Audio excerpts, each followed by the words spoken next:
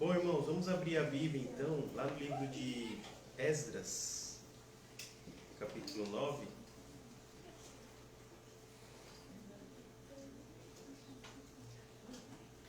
Esdras, capítulo 9. Nós estamos aí na lição número 12, né, da Escola Bíblica Dominical, da revista Princípios Divinos em Tempos de Crise, né?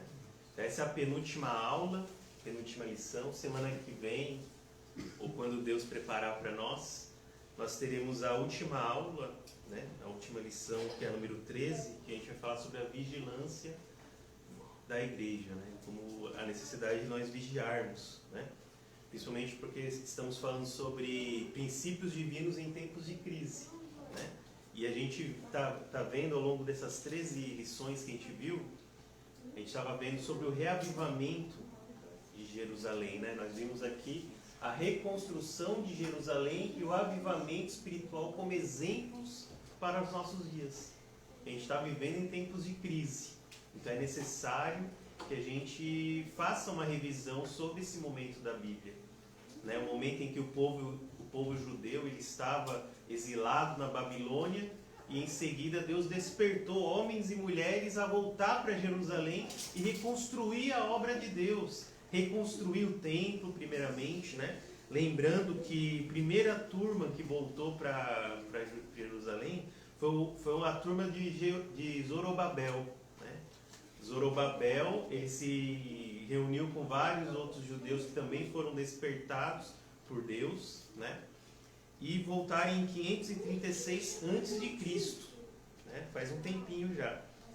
Aí depois, no segundo momento, Esdras foi também despertado com outro povo, com outro grupo, em 458 a.C., e foi a segunda leva de judeus que voltaram para Israel, que voltaram para Jerusalém. E depois, Neemias, em 444, fecha os judeus que voltaram para Jerusalém, para erguer o muro de Jerusalém. Então, primeiro Zorobabel, ele ergueu o templo e a cidade, né? Então, reconstruiu a cidade, as casas, porque estava tudo destruído, irmãos. Estava tudo destruído.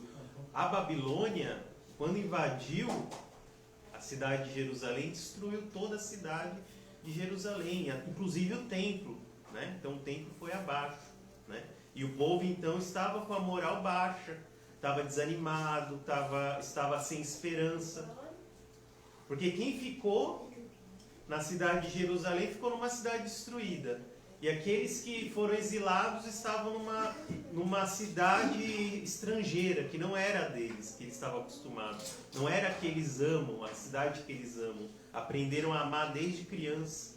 Jerusalém era uma cidade escolhida por Deus para ser morada do povo de Deus, do povo de Israel. Desde Abraão, Deus levantou um homem chamado Abraão há muito tempo para poder reconstruir o seu povo. E o povo de Israel foi construído todo a partir de Abraão, depois Isaac, depois Jacó. Jacó teve 12 filhos e cada filho fez uma tribo diferente. E cada tribo tinha sua função dentro da obra de Deus, dentro do povo de Israel. E Deus deu Canaã para aquele povo. Canaã é uma terra que mana leite e mel.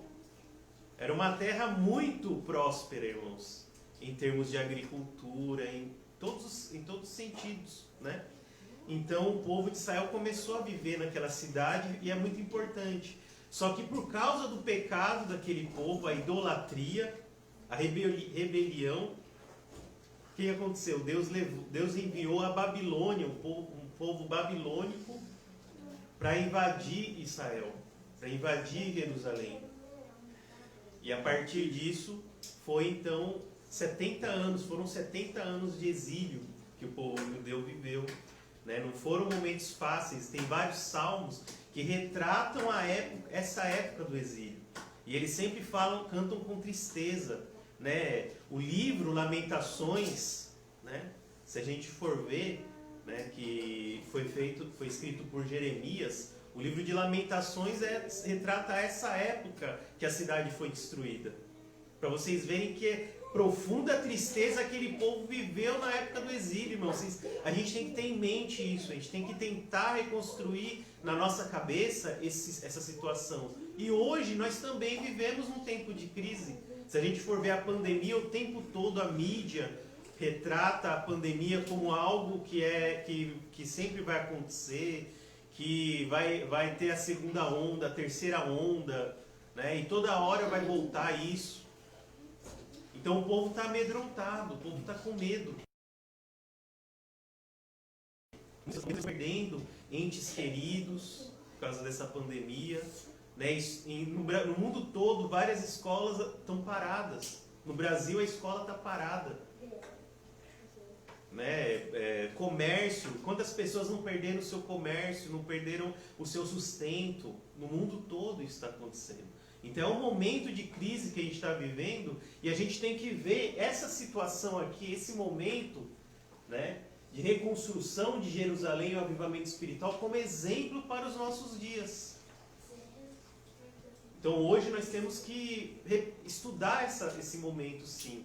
Né? Estamos terminando aí essa lição. Hoje é a lição número 12, a penúltima. A próxima lição vai ser a última. E aí a gente vai começar uma outra revista que é a Fragilidade Humana e a Soberania Divina. A gente vai estudar sobre Jó, né? O livro de Jó, que vai ser também uma lição muito importante. Também é um homem de Deus que também tem muito a nos ensinar. Ele sofreu muito, né? E todo o povo de Deus sofre. Né? Nós todos passamos por vários momentos de sofrimento e como que Jó superou essa situação e Deus o abençoou. Então a gente vai ver que vamos ter 13 lições sobre isso depois. Né? Então hoje a gente está aqui em Esdras. Ó. A lição número 12 fala: Esdras e Neemias combatem o casamento misto. Porque Esdras, se a gente for ver, primeiro Zorobabel ergueu o templo e a cidade. Depois Esdras foi a Jerusalém para poder ensinar o povo sobre a lei, para ensinar o povo a adorar a Deus novamente, porque o povo havia esquecido. Eles estavam na Babilônia, ficaram 70 anos na Babilônia e esqueceram da identidade deles, identidade cultural, porque a Babilônia tinha muito essa característica de apagar a identidade da nação submetida a ela. Então todas as nações que a Babilônia submetia, a primeira coisa que eles faziam era acabar com todos os costumes daquele lugar, acabar com a identidade, o nome das pessoas mudavam, né? Quem já leu o livro de Daniel vai ver, né, que eles mudavam até o nome da pessoa para um nome babilônico. Então, assim, é muito importante o nome, é muito importante a família das pessoas. Então, eles retiravam a pessoa da família. Né? Então, a gente vê como que foi quebrada a identidade daquela nação de Jerusalém, do povo de Israel, dos judeus. Né? Então, quando Esdras vai a Jerusalém, ele vai com a intenção de ensinar aquele povo a cultura novamente, a trazer a cultura nova, né? Uma cultura renovada, né?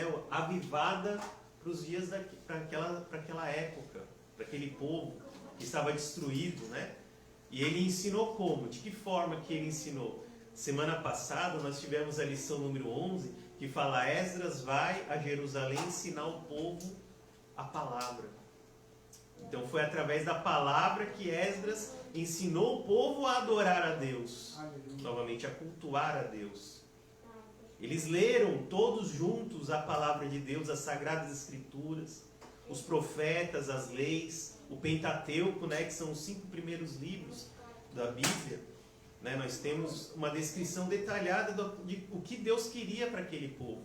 Né, tem o livro de Gênesis, o livro de Êxodo, o livro de Levítico, Números e Deuteronômios, que descreve assim todos os detalhes da adoração a Deus, da oferta, dos holocaustos, né, que tinha naquela época. Hoje, na época da igreja, irmãos, a gente não precisa mais fazer os sacrifícios que eram feitos naquela época. Porque a oferta, o sacrifício perfeito já foi feito, que é o de Jesus Cristo. Jesus Cristo, na cruz, foi o sacrifício perfeito, e depois disso não precisamos mais fazer o sacrifício de holocausto voluntário. as ofertas voluntárias, né?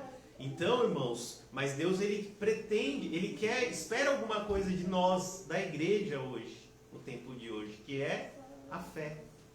Deus espera que tenhamos fé, que creiamos no sacrifício de Jesus. Que Jesus Cristo, ele é o centro de tudo. Todo o Antigo Testamento se refere a Jesus, irmãos. É para isso que a Bíblia foi escrita no Antigo Testamento. Foi feito para falar sobre a vinda do Messias, que é Jesus Cristo. Os judeus, eles perderam o bonde andando, né? Os judeus, eles, naquela época lá, eles não creram que Jesus era Cristo. Mas um dia eles vão crer. Eles terão que crer. Um dia Jesus vai descer sobre a terra e todos os olhos verão, todas as línguas confessarão o seu nome. Todos os joelhos se dobrarão. E o povo de Israel vai se converter nacionalmente, como uma nação. A Israel, irmãos, o povo de Israel foi um povo escolhido por Deus. Então, quando Esdras chega, ele descobre que o povo que tinha permanecido em Jerusalém, eles tinham se casado com outros povos. Os filhos, as filhas do povo de Israel, eles tinham se casado com outros povos. Então isso que é o casamento misto, que é o que a palavra, que é o que a lição 12 fala para nós. Ó. Esdras e Neemias combatem o casamento misto. Né? Então vamos ler aqui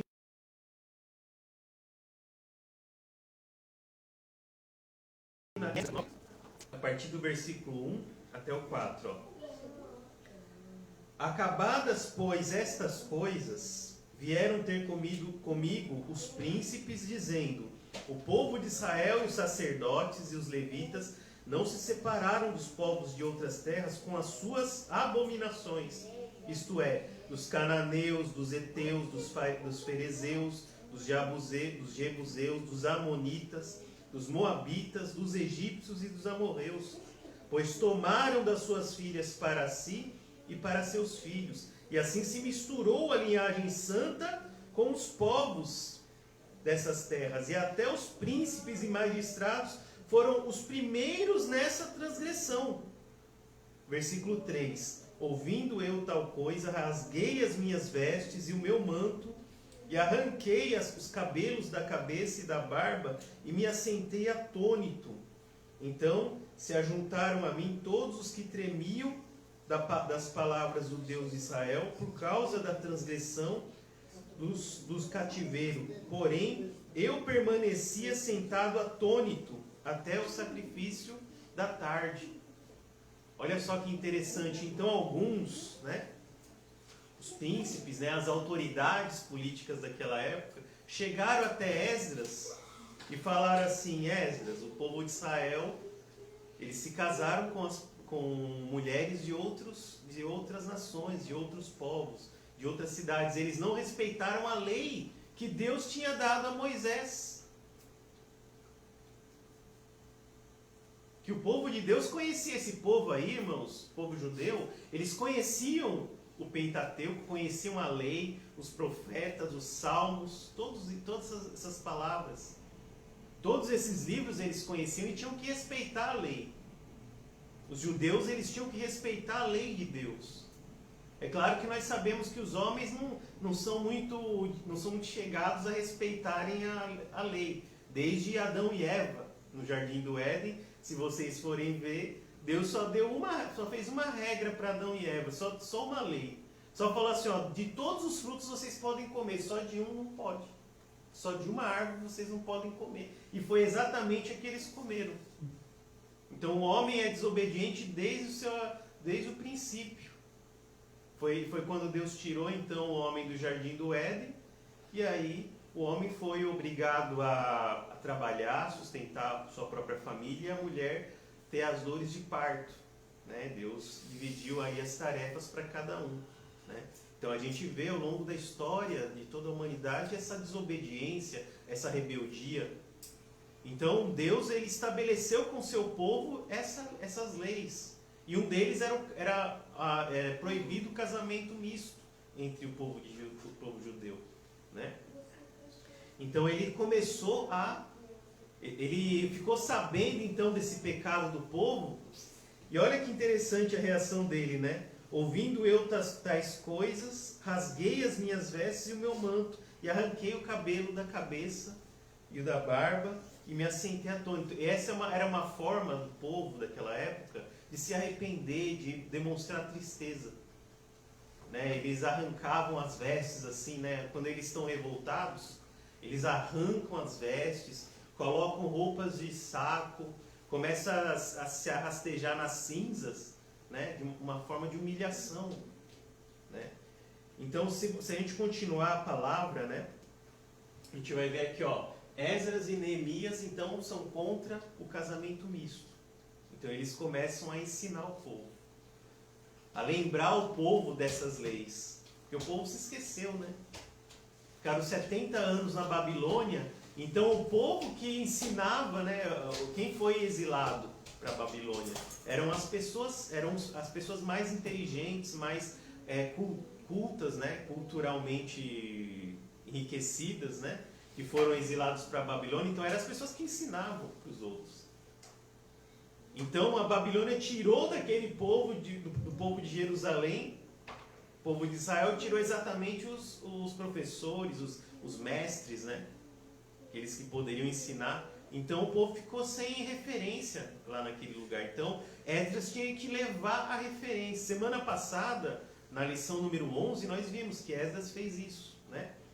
E que uma consequência do ensino qual foi? Vocês lembram na aula passada, na lição passada?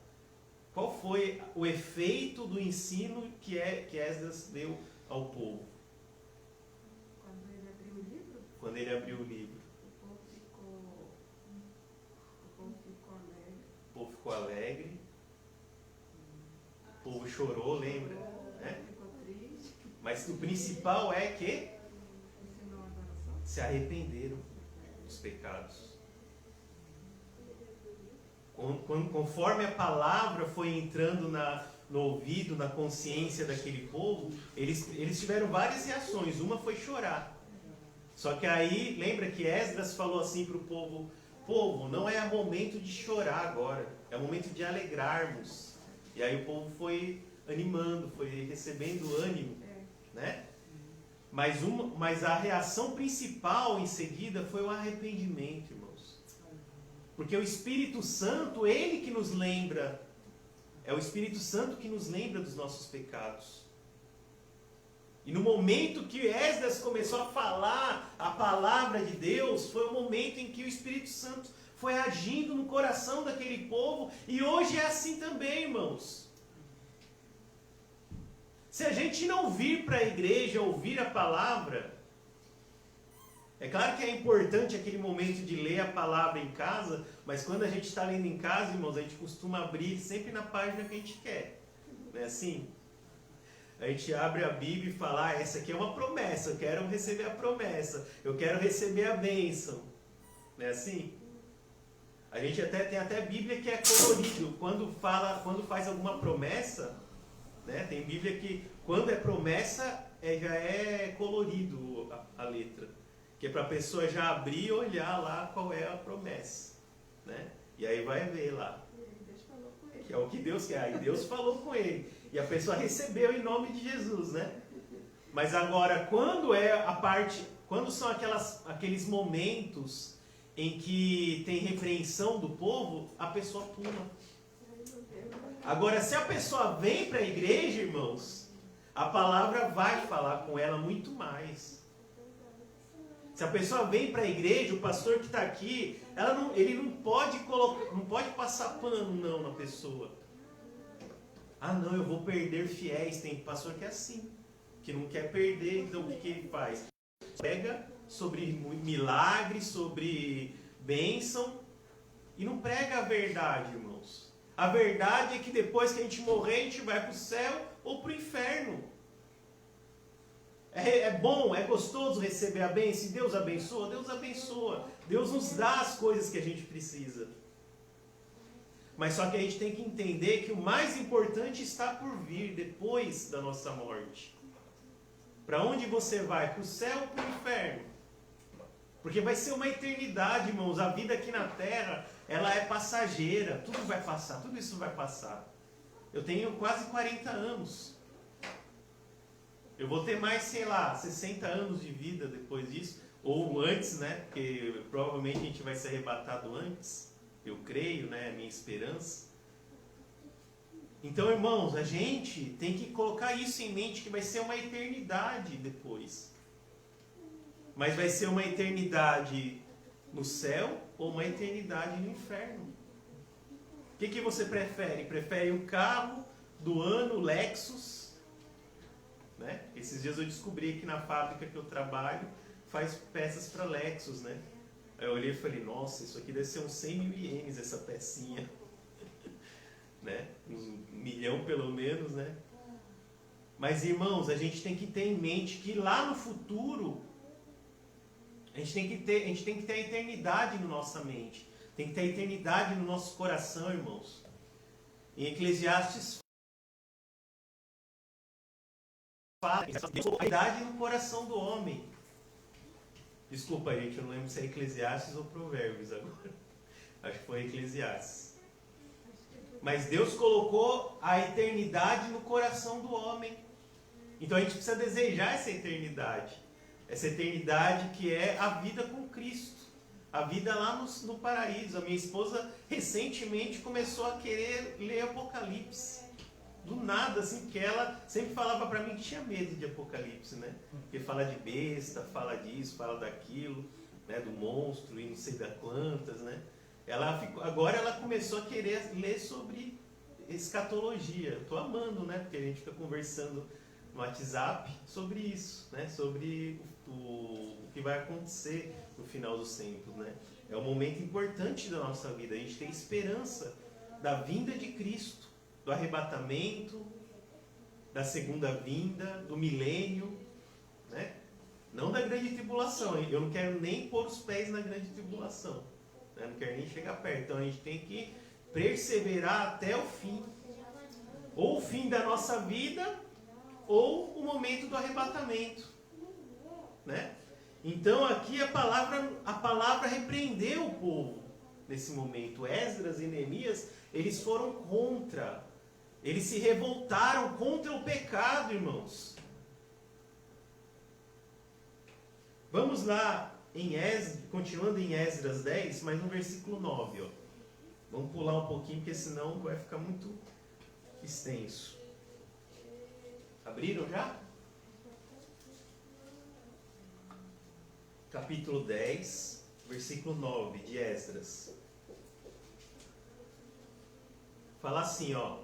Então, todos os homens de Judá e Benjamim, em 3 dias, se ajuntaram em Jerusalém. No dia 20 do mês 9, todo o povo se assentou na praça da casa de Deus, tremendo por causa dessa coisa e por causa das grandes chuvas. Então se levantou Esdras, o sacerdote, e lhes disse: Vós transgredistes, casando-vos com mulheres estrangeiras, aumentando a culpa de Israel. Agora, pois, fazei confissão ao Senhor, Deus de vossos pais, e fazei o que é do seu agrado. Separai-vos dos povos de outras terras e das mulheres estrangeiras. Respondeu toda a congregação e disse em altas vozes: Assim seja, segundo as tuas palavras, assim nos convém fazer, irmãos. O povo se arrependeu. Esdras ensinou sobre a transgressão que o povo tinha cometido e se arrependeram e fizeram uma nova aliança com Deus a partir disso. Eles se separaram das esposas estrangeiras, dos maridos estrangeiros, e aí eles passaram a viver uma vida separada, uma vida santa, em nome de Jesus. Né? Então esse foi o primeiro tópico, né? Esdras e Neemias contra o casamento misto. Segundo tópico, ó, por que os judeus não podem se casar com os pagãos, irmãos? Por que os judeus não podem se casar com os pagãos? Primeiro, vamos lá em Deuteronômio capítulo 7.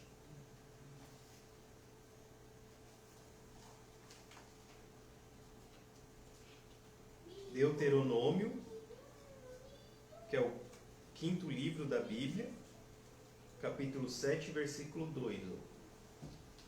Só até o versículo 4. Fala assim, ó.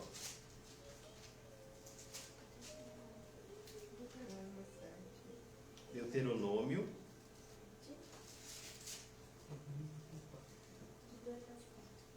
7, de 2 a 4. Ó. Fala assim: E o Senhor teu Deus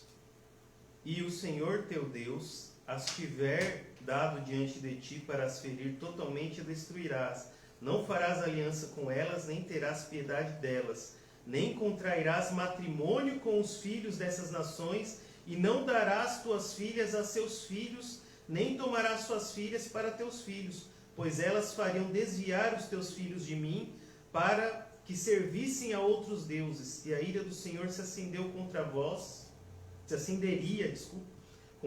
outros, e depressa vos destruirias. Por que então não pode haver esse casamento misto? Porque senão, irmãos, o que poderia acontecer? O povo de Deus iria se afastar, se desviar, apostatar, irmãos. Isso é uma coisa séria, né?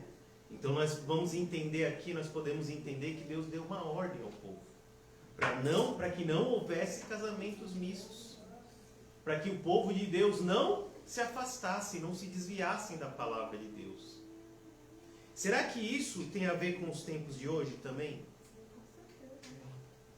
Tem a ver com os tempos de hoje, né? Ó, tópico 3. A sobrevivência dos judeus, então, irmãos. O que nós podemos entender sobre a sobrevivência dos judeus? Isso aí, irmãos, depende da sobrevivência dos judeus. Eu gostaria de voltar com vocês, não precisa abrir na Bíblia não, tá, irmãos? Eu vou descrever para vocês. Mas antes do dilúvio, em que Noé sobreviveu, né? Antes do dilúvio, havia uma corrupção generalizada na humanidade, né? Então o que aconteceu? O povo de Deus, ele se afastou dos caminhos de Deus. Se Deus chegou e falou assim, olha, não estou vendo nenhuma pessoa que se salve nesta humanidade, eu vou destruí-lo através do dilúvio. Se Deus tomou essa decisão é porque ninguém estava buscando a Deus. Só que um só, Deus conseguiu achar a graça nele, que é Noé. Noé foi o único, irmãos. Mas a humanidade toda estava corrompida. Porque a palavra fala que os homens de Deus, eles tinham se misturado com as mulheres dos homens, com as filhas dos homens. Os filhos de Deus tinham se misturado com os filhos dos homens. É assim que está lá em Gênesis. É claro, tem muita interpretação, tem muita gente que interpreta que os filhos de Deus eram os anjos. E que fizeram, né, coabitaram com as mulheres daqui da terra. Mas assim, é claro, eu respeito todas as interpretações que se faz da Bíblia. Eu já acreditei nisso também, né? E que aí gerou os nefilins, né? Eles falam que gerou os nefilins, os gigantes, né? Eu respeito essas interpretações. Mas só que eu estava estudando sobre isso, né, irmãos? E eu vi que na própria Bíblia fala que é um dos filhos de Adão e Eva, né? Porque o primeiro filho de Adão e Eva, os primeiros foram Caim e Abel. Só que Caim matou Abel. Né? Então Abel morreu e o sangue de Abel clamou por justiça na terra. Olha só que interessante, né? E Deus então amaldiçoa Caim a vagar pelo mundo, né? Vagar pelo mundo. Quer dizer, ele não poderia continuar lá no meio do povo. Por quê? Porque Caim era um pecador, era um homicida. Não podia se misturar com o povo, né? Então Caim teve que se afastar, né? E Deus deu outro filho para Adão e Eva. Claro que teve muitos filhos, né? Mas só que o que veio em seguida foi Sete, é o nome do filho, né? E aí a Bíblia fala, é bem interessante, né? Lá em Gênesis, fala que depois de Sete, o povo começou a buscar a Deus. O povo começou a clamar a Deus através de Sete, a linhagem de Sete, a descendência de Sete. Então o que a gente pode interpretar aqui? A descendência de Sete eram os filhos de Deus que fala lá na hora da corrupção generalizada da humanidade.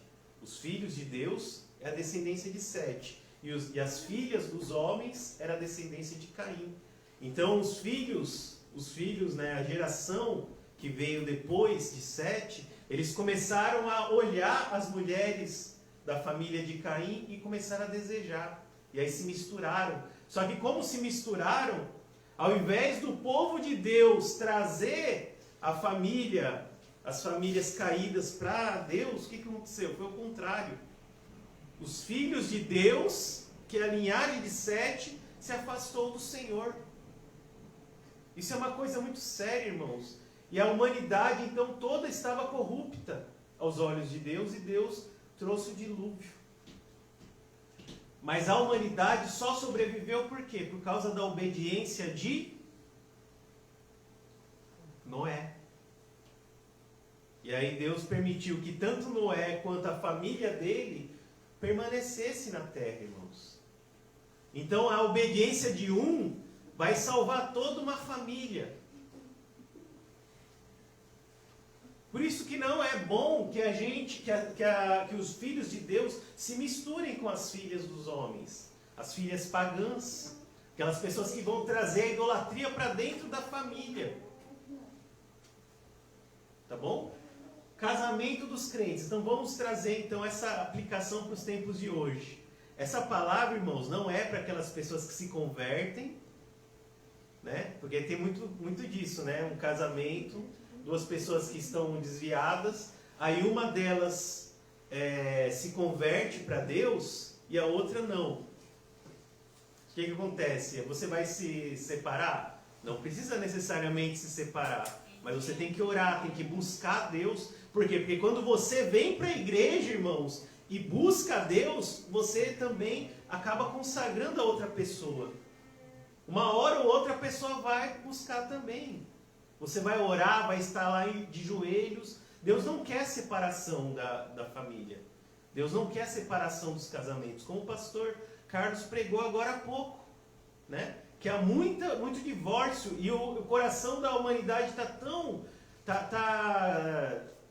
se desgastando tanto, está tão em baixa o amor da humanidade está tão em baixa que começou a ficar normal a separação.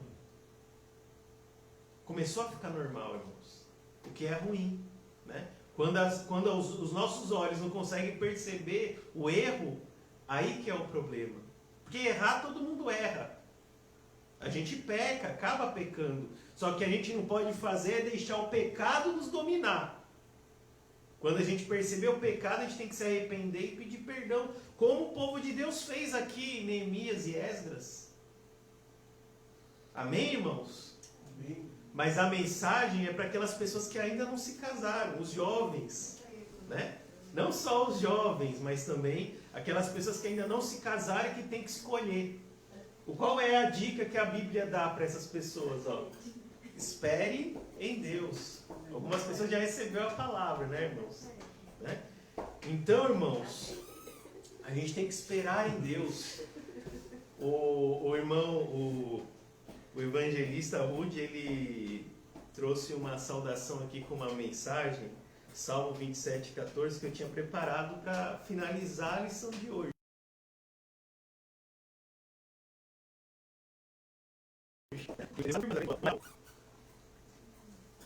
Eu não acredito em coincidência, viu, irmãos?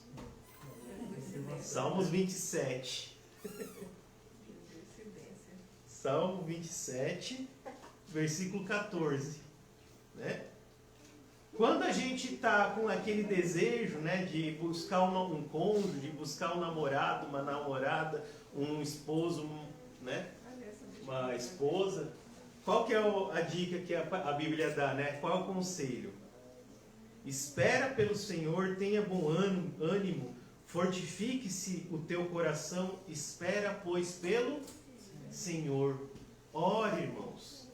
Vamos orar, sabe? É claro que a gente está falando aqui de casamento, mas a gente pode pensar em qualquer coisa, qualquer área da nossa vida, não só isso. No emprego também. Quando a gente pensar no pecado, né? Em todas as áreas da nossa vida, espera em Deus. deu aquele desespero, né? Deu aquele desânimo, deu aquela preocupação com o salário, né? Da família e tudo mais, por causa dessa pandemia também, espera pelo Senhor, irmãos. Espera, porque Deus vai dar a providência. É só lembrar de Abraão. Imagina se Abraão tivesse se desesperado quando ele estava levando o filho dele, Isaac, lá para o Monte de Moriá. Monte Moriá estava levando ele para cima, né, lá do monte, para sacrificar Isaac. Deus mandou ele sacrificar Isaac. Era o filho da promessa, era o filho maravilhoso que ele tinha esperado toda a vida dele. Só que aí quando eles estavam subindo no monte, Isaac pequenininho, né? O tamanho do Miguelito, do Benjamim, né? Imagina, eles estavam subindo o monte, aí ele estava levando a lenha no ombro, né? O Isaac estava levando a lenha no ombro, né? O Abraão estava levando o punhal para sacrificar, né? E Isaac olhou para aquilo tudo, para aquela situação, e ele falou assim: pai, está aqui a lenha, está aqui o cutelo, está aqui, a gente está aqui, cadê o cordeiro para sacrifício? Imagina o coração apertado de Abraão, irmãos. Imagina que o desespero da alma de um homem, de um pai, que vai fazer uma coisa dessas. Por ordem de Deus. Deus mandou. E ele foi obediente. Ele ia fazer. Só que aí ele levantou o punhal, né? Ele amarrou o filho, colocou ele lá no local, no altar, né? Ergueu o punhal para fazer o que Deus tinha mandado, e o anjo apareceu. Não, espere.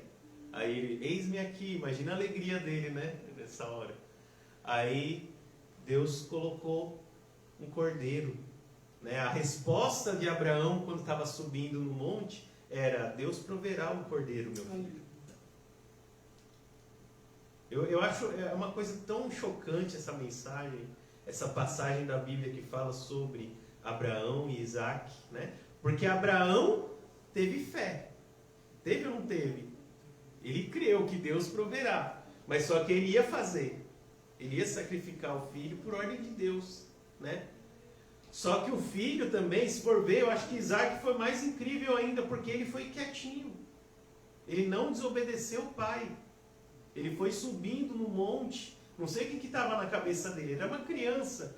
Mas ele perguntou para Abraão: oh, pai, tem aí o cutelo, a lenha, tudo que a gente precisa, está o altar lá em cima. Cadê o cordeiro? Irmãos, a gente precisa o quê? Esperar em Deus. Porque depois daquilo foi só alegria para Abraão, irmãos. Porque Deus abençoou por causa da obediência. Deus não permitiu que isso acontecesse. Graças a Deus, né? Deus não permitiu. Mas só que Deus sabia que ele faria. Que ele entregaria o filho para Deus, né? Então, irmãos, espere em Deus. Essa é a mensagem principal dessa lição de hoje. É para a gente esperar em Deus, orar, buscar ao Senhor. No momento de maior aflição do povo judeu, eles buscaram a Deus, eles esperaram em Deus. Daniel continuou pregando o evangelho lá. Daniel, ele foi exilado na Babilônia. Sadraque, Mesaque e Abidnego também estiveram lá. Eles estiveram diante da estátua do Nabucodonosor. E ao invés deles se ajoelharem como o imperador queria, o que eles fizeram? Esperaram em Deus. Eles falaram: nós não podemos ajoelhar, porque nós temos o nosso Deus, nós servimos apenas ao nosso Deus, nós não podemos ajoelhar em hipótese alguma a outros deuses, e se eu tiver que morrer na fornalha, eu vou morrer. Mas se Deus quiser, Ele vai me livrar. Então eles três, irmãos, esses três homens de Deus, eles estavam dispostos a ir para a fornalha. Com fé, eles tinham fé que Deus proveria a libertação. Mas só que também, se não libertasse, eles morreriam. E nós hoje, nos dias de hoje? Nós estamos dispostos a entregar a nossa vida, ao Senhor Jesus, nós estamos dispostos. Hoje nós estamos vivendo menos do que aquela época, do que eles viviam naquela época, menos aflições do que naquela época. Pessoas eram mortas por servir a Deus. Imagina, os apóstolos foram todos martirizados. Só o apóstolo João que não foi. Todos eles morreram ao fio da navalha, morreram crucificados, morreram apedrejados, como o diácono Estevão. Hoje nós não sofremos isso aqui, né? Não sei, em outros países aí que tem perseguição física, pessoas são presas, torturadas, né? Nós temos que orar por elas, irmãos. Amém? Mas nós temos que dar graças a Deus pelos tempos de hoje, pela graça que Deus nos deu hoje. Porque hoje nós vivemos na dispensação da graça, irmãos. Na dispensação da igreja. E devemos agradecer a Deus, ser gratos. Dar graças a Deus em todas as circunstâncias, em todas as situações. E tudo dai graças. É o que o apóstolo Paulo nos fala. Amém? Espera em Deus. Amém, irmãos? Então a lição foi essa. A próxima lição é a número 13. É a última lição do Princípios Divinos, tá bom, irmãos? E vai ser sobre a vigilância da igreja, né? Nós devemos vigiar nesses tempos de hoje para nos mantermos santos, separados para Deus. Amém? Deus abençoe a todos. Vou devolver a palavra para o pastor para ele fazer o encerramento. Amém?